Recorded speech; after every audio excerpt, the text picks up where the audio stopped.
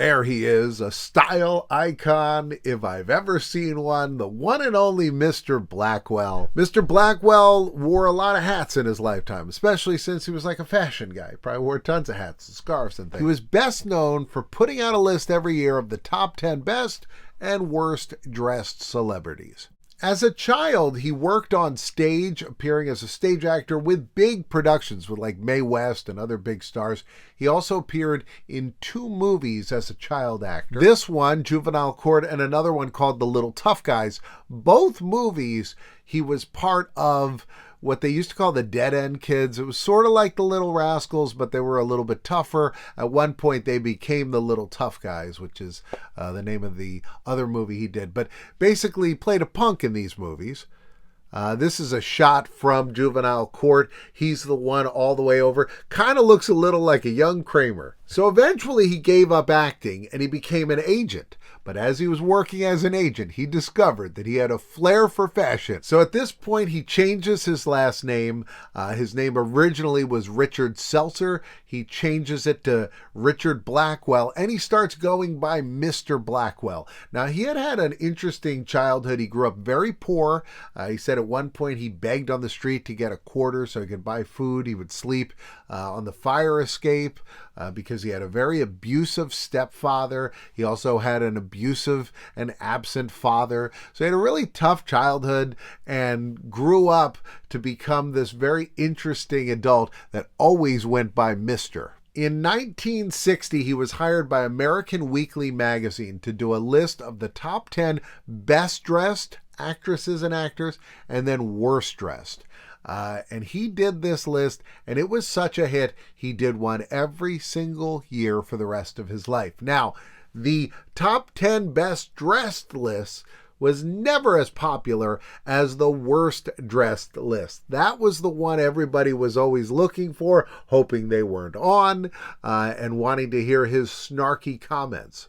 I think it's also interesting to point out that during this time where he was producing this list, he was still a fashion icon. He was still selling dresses and still designing and considered one of the top designers. Now, some people compare him to Joan Rivers, who later did a lot of the red carpet and a lot of fashion criticism.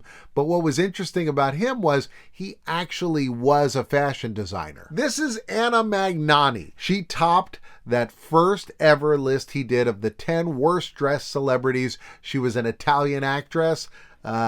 I can see it. He continued to sell his clothing line, and it was marked with his signature, Mr. Blackwell. I want to show you a couple of his outfits that I found on eBay. Here's a vintage 1960s dress. This looks like something like an older Lucille Ball would wear to the Oscars. Here's another one, a 1960s dress. You can get this one for $75. Very stylish. So you can see he covered a lot of different styles with his ultra chic and fashionable outfit. I love this ad. Here's another ad where he's got the 2 women holding him up. Jane Mansfield, interesting actress, and she was a fashion icon. So who did she turn to dress her but Mr. Blackwell? Now here he is with another model, and she's showing off a style that he created, which was called Nude Illusion.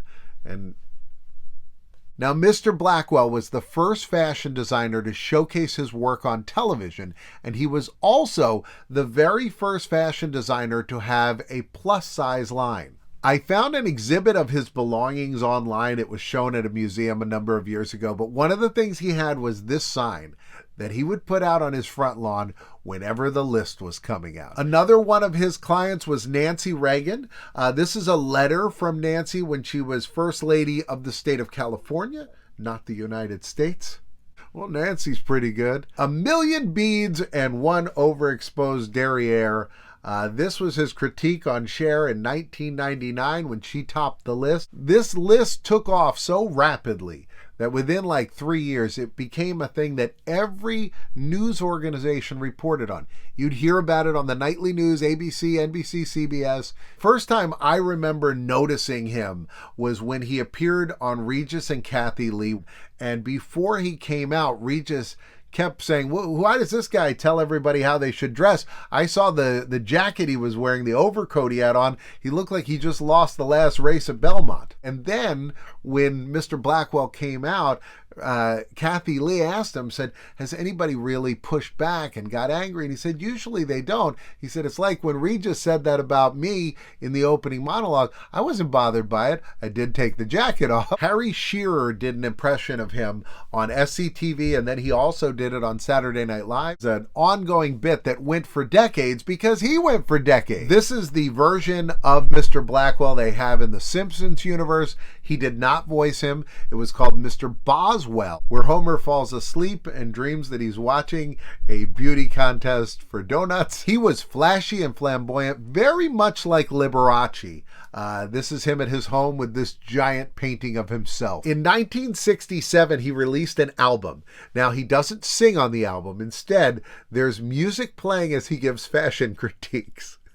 Mr. Blackwell called her fashion's weakest link and said she looked like Harry Potter in drag. In 1981, Barbara Mandrell topped the list, and Mr. Blackwell said that she looked like Yukon Sally playing at the Alamo.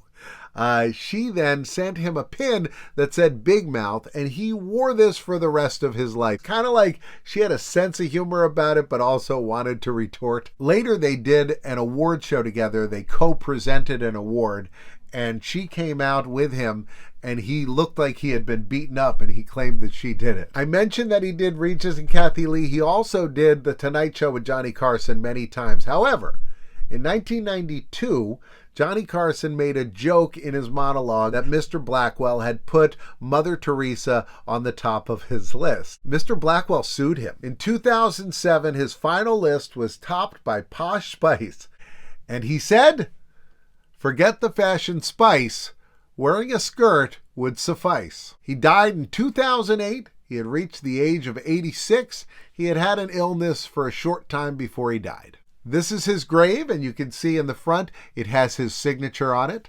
He once said Martha Stewart dressed like a centerfold for Farmer's Almanac. He asked if she was the palace Christmas tree or just the royal clown. He said that this belly-bearing songbird is better heard than seen. She's a fashion bore and a snore. By the way, if you enjoy these videos, make sure and be like the Fonz. Give it a thumbs up.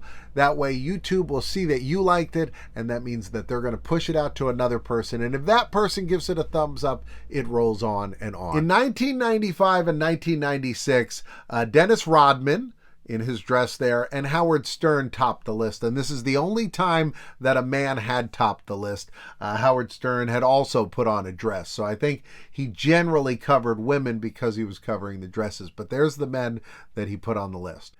I thought this was an interesting dude. And it was during a time period where talk shows were just so much fun. First of all, they weren't, like today you tune in and it feels like all they're doing is promoting something. You know, it's like everybody on the ABC show is on an ABC sitcom or whatever, and they're pushing that, or some movie that's connected to Disney. But like back then, Johnny Carson would have on people from the other network. People might not even, you know, they'd say you can see it on another network. That was usually how they would put it, but they weren't even really there to promote things. They were just like kind of hanging out on the couch. Well, that's going to bring this one to a close. In a moment, two boxes are going to appear. One will be over here, which will be the one that YouTube says is best for you. But on this side, I was thinking about David Letterman, and I reviewed a David Letterman bootleg board game once, and I think you'll appreciate it. So I'm going to put it right up there. You can either check out that one, the David Letterman bootleg board game, or what YouTube says is best for you, and you can find out who knows you better, me or YouTube.